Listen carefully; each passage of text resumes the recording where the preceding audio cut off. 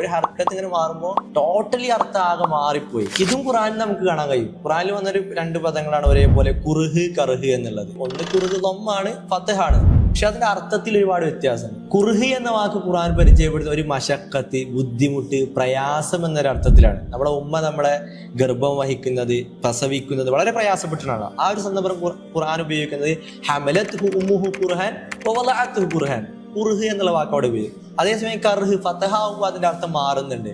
ഫതഹ് എന്ന് പറഞ്ഞാൽ അൺവില്ലിംഗ്ലി, ആരെങ്കിലൊക്കെ നിർബന്ധിപ്പിച്ച്, താല്പര്യമില്ലാതെ എന്നൊരു അർത്ഥമാണ്. അതും ഖുർആനിലുണ്ട്.